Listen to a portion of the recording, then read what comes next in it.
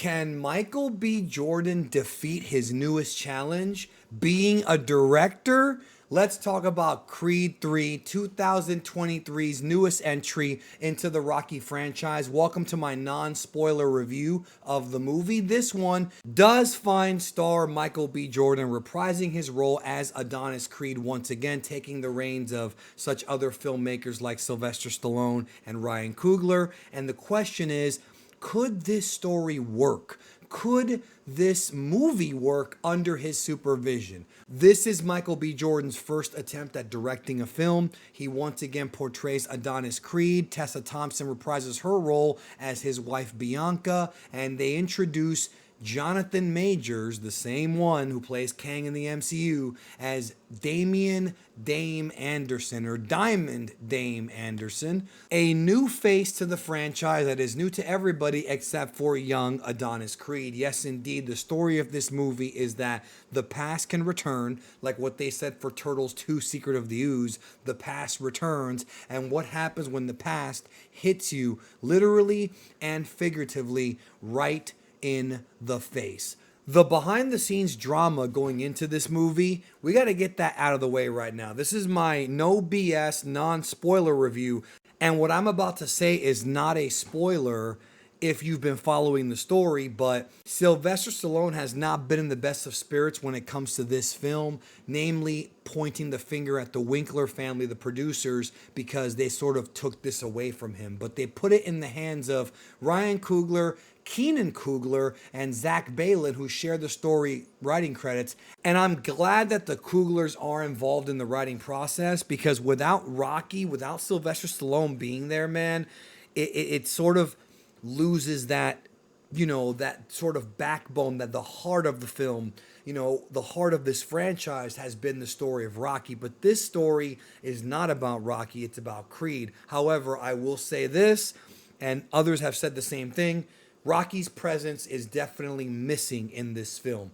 There are at least two, maybe three different parts of this movie where I thought Rocky would and should be there. Like, logically, based on the relationship that Rocky and Adonis built in the first two Creed movies, he should be here during at least a couple scenes, and he was very much missed. And I really hope they work this out for Creed 4. I hope that if Stallone does come back for Creed 4, I really genuinely hope that they will not only, give us that moment, but maybe even discuss the events of this movie, because I know Rocky would have something to say about all the things that are going on. So that is missing. Something else that I thought was missing from the movie is there were a couple of things in the movie that are alluded to, and they are described, but they're not really shown or shown enough, in my opinion.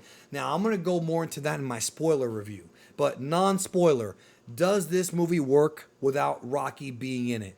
Rocky was missed. I'm telling you that as a fan of this franchise who just went back and watched all previous 8 entries in the past couple of weeks. He was missed, but they did the absolute best that they could with this story without having Rocky be in it. And the reason as to why this story works so well is because it's very relatable. And not just relatable when it comes to the story of Adonis Creed and dealing with him being a parent and dealing with him understanding the difficulties between what his daughter wants to do and what his daughter is learning to do versus how he carries his life. I thought it was very intelligently written in this movie how he is with his family. I thought there was a lot of really mature things they talked about, including communication between married couples, how to raise children. They really did cover that, and they didn't spend too much time on it. It wasn't like they were, giving us a, 90% drama piece, 10% action. That's not what we got here. There was plenty of action, but the drama, I think, worked for making the Adonis Creed character relatable. Let's not forget, this guy's a wealthy championship boxer, so a lot of folks who don't live that life aren't going to relate to him on that level, but they will relate to him on other struggles he goes through. I think the character that will resonate the most with a lot of people is going to be Dame Anderson. Johnathan Majors brings a level of creativity, a level of professionalism, and a lot of charisma. Johnathan Majors is such a likable actor that there are times in this movie where you are witnessing sort of the underbelly, the dark side of the character he plays, Dame's sort of dark side, but it's still with some light. Like this character, I will say this without going into spoilers, of course. There are elements of both Tommy Gunn and Clubber Lang in this character.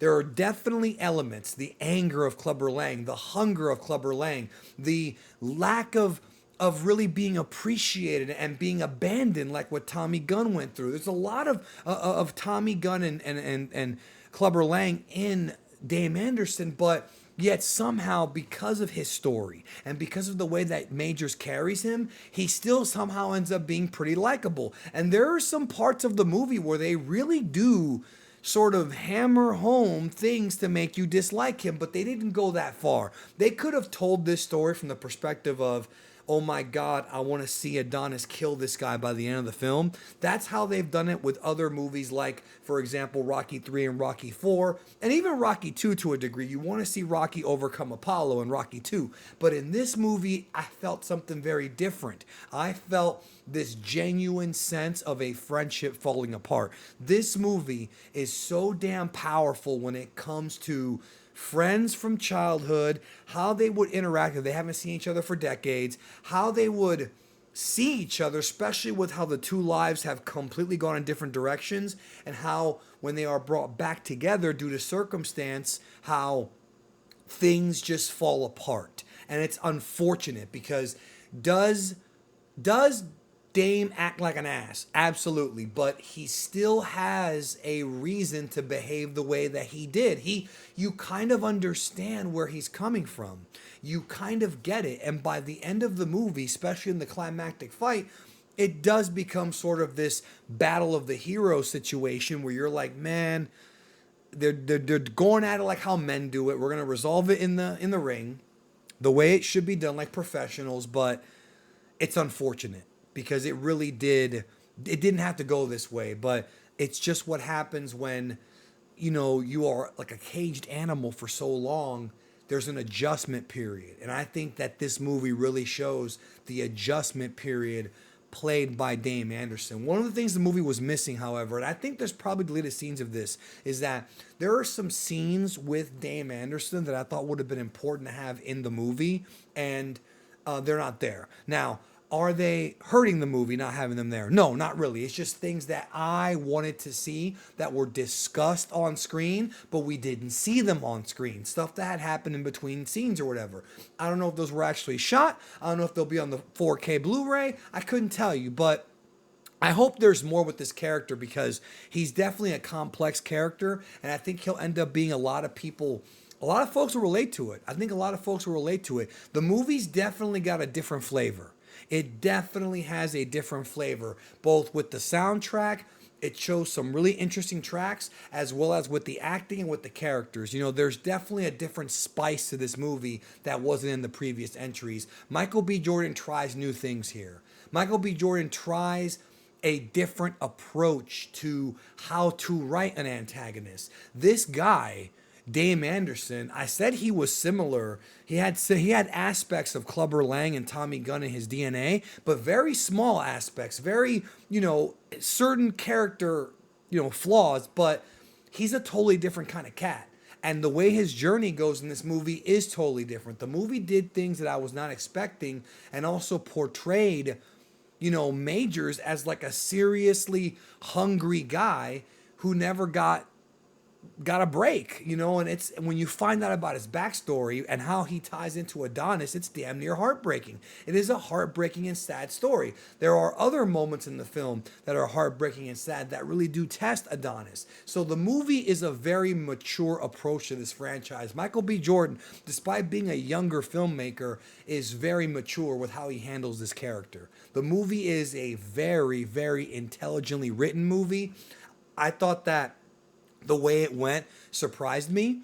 I thought that the fighting sequences were really, really good. I saw the Dragon Ball Z scene. There's actually two. There were two scenes that were taken right from Dragon Ball Z. Two of them. So They did some new stuff here, and there's also like the way that he directs the final battle. There's new ways to work a camera. There's new ways to kind of show what's going on and what's going on in their heads, and it was kind of really, really well done, really creative. And I absolutely trust Michael B. Jordan to come back and direct another Creed movie. But do I trust the studio, and do I trust even Stallone or even not Stallone or to make another Creed movie this good? I don't know. Because I say this after every Creed movie. This is the perfect ending. Put the kibosh on it. It's done. End the franchise here. Do not try to serialize this. However, I don't know. It's definitely a serial. It's definitely a series. It's definitely a franchise. And Michael B. Jordan already said he wants to make a fourth one. So we'll see where it goes. It's just a thing where I dread seeing these movies, not because they're not good. They're all good. Creed 1, Creed 2, and Creed 3 are all amazing for different reasons. But I don't want them to screw it up. I do not. We're now 9 movies in. I do not want them to screw this up. The purity of the Rocky franchise is still in this movie. It felt different in the first 2 Creeds and the first 6 Rocky movies, the other movies. It definitely had its own flavor, right? And hardcore Rocky fans are going to notice that this one did distance itself from being like the old Rocky movies, but it still had the core sort of the skeleton, the frame, if that makes sense. It's still a Rocky movie framed as such from the perspective of Michael B. Jordan, both as filmmaker and as the character of Adonis Creed. And I like the movie a lot. I think everybody should go see it.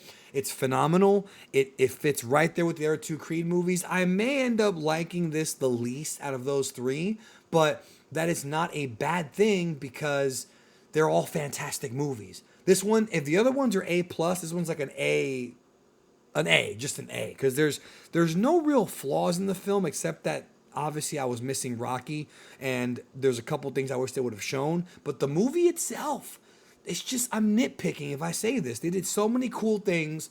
It's a very well balanced movie. The characters are likable. And by the end of it, you do kind of want more. But like I said, what else can they give us?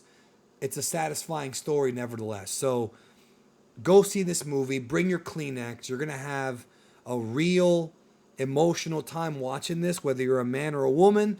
Not because like I didn't cry during the movie, but I definitely felt the emotion. It was powerful of the story of these 2 friends just and what happens to them. It really is the story of 2 friends that had something and then lost it, and maybe someday they'll get it again, but it's unfortunate it got to this point. It's really well done. Fantastic movie. I'll talk more about this movie in the spoiler review coming up. Take care. I'll see you on that one. Take care. Go see this movie, though. Go see it. Go see it. Seriously. Go see it today.